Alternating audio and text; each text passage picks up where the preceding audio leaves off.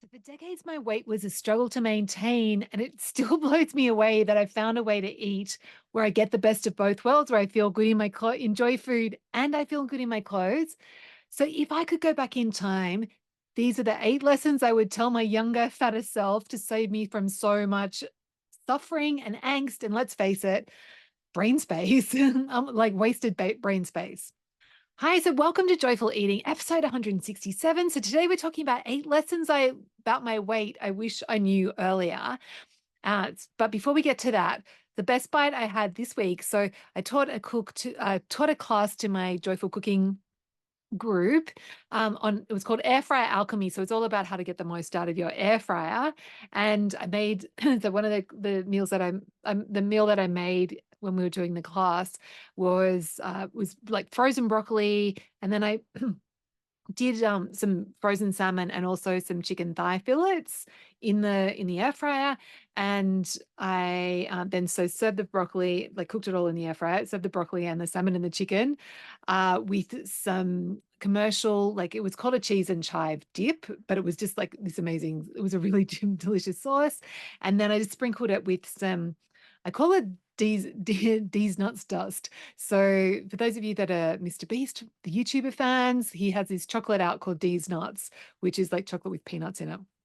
Then that my boys love because I just love like the thought of D's nuts. They just it cracks them up, and they, of course, like any jokes like that, they're all about it.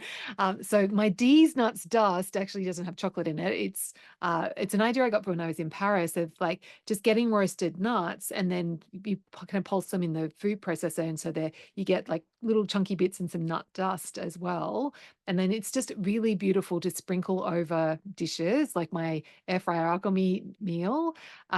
And yeah, just because it adds that nuttiness, adds a bit of richness, adds a bit of crunch. Like, yeah, such a really, a really beautiful flavor bomb. So that was my best bite. Let's talk about plan for today. So basically, I'll just share the story behind this episode, and then I'm going to dive in and share with you these 8 lessons. And then before we wrap up, I'll give you a concrete next steps on what you should do, how you can apply this and get some benefits from your life as well. So basically, the story about this episode is that I was actually looking at some old recipes, YouTube videos that I'd done like back in like 2010, and just like seeing myself on camera, like it's kind of weird to have this thing out on the internet. But yeah, I just really noticed like how like puffy my face was and how heavier, how much heavier I looked back then compared to now. And it's like, wow. And like back then, I wasn't weighing myself, so I've got no idea, like actually how different my weight was. But I was like, wow, like just the thought made me think, like, wow, I've come so far, like. And I remember it just got me back thinking back to that time of how difficult food was and how much of a struggle it was and how I was always torn between, oh yeah, I love food and I want to spend all afternoon in the kitchen cooking, but then I also like didn't want to feel gross and I didn't want to feel like bloated and I didn't want to feel like, gross in my clothes as well. So there was always this tension. And it just made me so grateful that I've found a way to eat where I don't have any of that struggle anymore. So, that of course got me thinking about like, what would if I could go back in time and talk to like 2010 Jules and say, hey, like, what would I say to her? So here are the lessons that I would say to her. So the first is like it's possible for this to be easy, and just to give her that idea, because I think at the time, like I didn't even realize that it was an option, that it could be that food could be without this struggle. Because at the time, I kind of thought that as a food lover, there was always going to be this tension.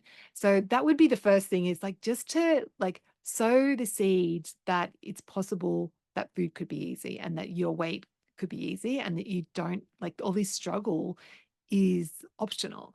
And part of that, I would say, like one of my favorite quotes of all time that I'm sure I've shared on the podcast is like, always think what you have to do is easy and it will become so. It's from a French guy called Emile Coué. But just this idea that I was telling myself so much that it was hard and that perpetuated it being hard. And like, if I had like just even thought that it was possible that this could be easy, it was possible that I could change. I tell you what, I would have started changing a lot long, a lot longer longer ago. That's not very good English, but anyway, you know what I mean. So that's first lesson. Next is that it's good to snack intentionally. And this is something that I've really like. I used to have this idea that, it was bad to snack and you should just be eating proper meal. Like you should just eat your meals and there shouldn't be any snacking in between. But what I've discovered over the years of trying different things is that actually for me, it's better. Like when I started having an intentional afternoon snack, it just made it so much easier for me to cook dinner without picking like and doing all the filling up before dinner because I wasn't walking into the kitchen when I was hungry. And I think having that intentional snack has been a life changer for me. And it's also been a life changer that I've seen in so many of my clients, and particularly like ones that had that like afternoon slump and then were like just trying to push through until dinner. Like that was definitely my circadian rhythm that has been helped by snacking. But also I've really seen it in clients with the kind of after dinner snacking thing of like, oh, just like, go in, grab a few nuts and some chocolate and then just go back for more and more and do that fridge or pantry foraging. And it's like, it's really fascinating that when we give ourselves permission and we actually set the intention of, oh, yeah, I am going to have something after dinner, that it means that you get to enjoy it first, which of course is always important and always a part of like joyful eating, but also it stops it becoming this like, crazy snack fest. So like you're able to eat a reasonable amount, feel satisfied, and then move on with your evening. And so you're not going back for more and more and more, which means that you're like it doesn't become a problem for your weight. Like you're eating in balance and it's like not a big deal. So it just takes that pressure off.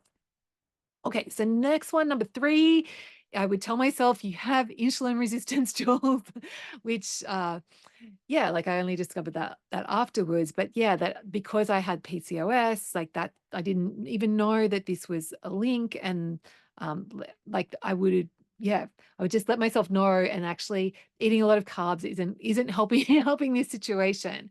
And I would like give myself that heads up of like, actually, maybe you might want to look into either like just eating low carb and or taking some metformin, which I do now, which is just going to make your life so much easier. Um, that's number 3.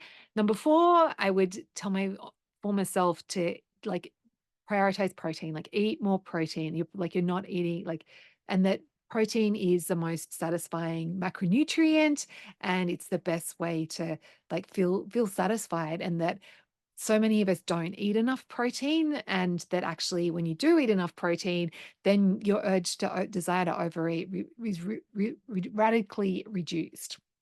Then number 5, set intentions for alcohol. So I would also tell myself, oh my goodness, you wouldn't believe that you could get to this place where you only have like 2 or 3 glasses of wine a week. And that's only because, and that's all you want. Like I would tell myself that, although my former self probably wouldn't believe it. So I would actually probably frame it in, you know what, if you want to have a healthy relationship with alcohol, get into the habit of setting intentions around it. And that's going to change everything, is what I would tell my former self, and let her figure it out for herself. Then number 6, like set intentions for cooking as well, especially baking.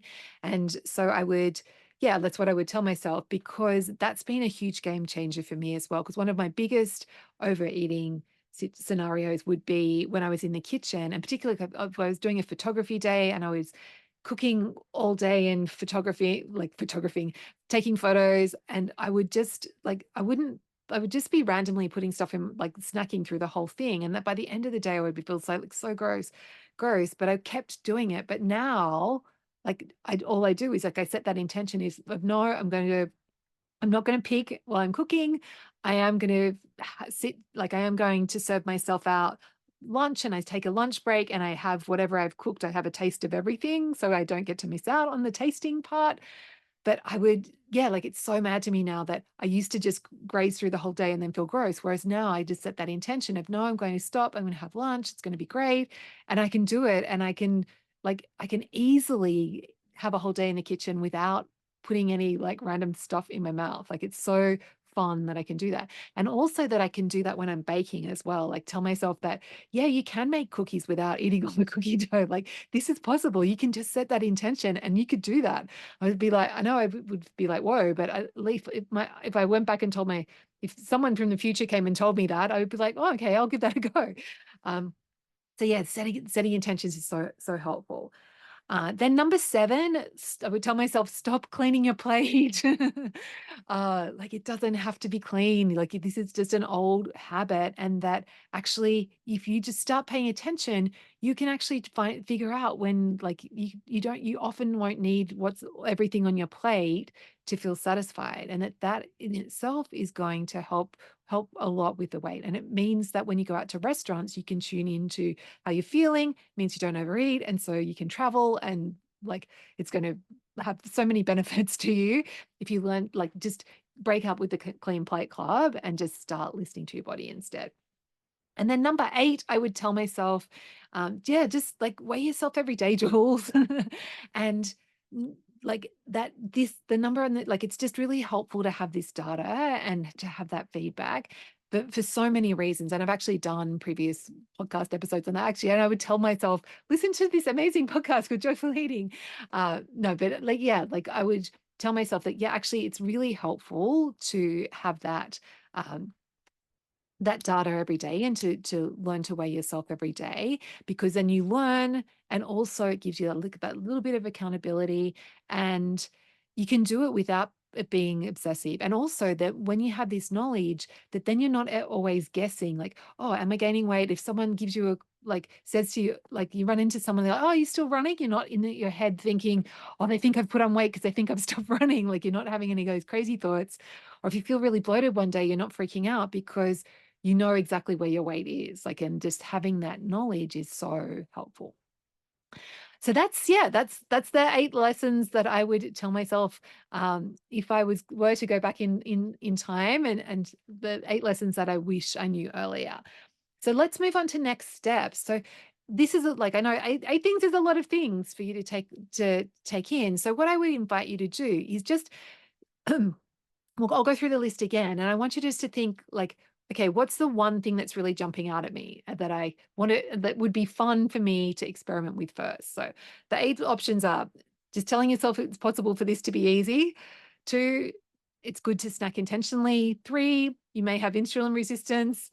4, eat more protein. 5, set intentions for alcohol. 6, set intentions for cooking, especially when you're baking. 7, oh, pardon me. Stop cleaning your plate. And then 8, weigh yourself daily. So of that list, which of those is like, oh yeah, actually that's probably going to be really fun for me to do, or that's going to give me a lot of benefit that might give me a lot of benefit if I experiment with that. And then take that, take that that thing and just do an experiment this week. So just try it out. If it's eating more protein, just have an experiment where you eat like a lot more protein than you normally would at your meals, and just see how that feels. And then you can like decide whether it's for you or not, and or you might want to adjust, and then you can come back to this and then try the next thing.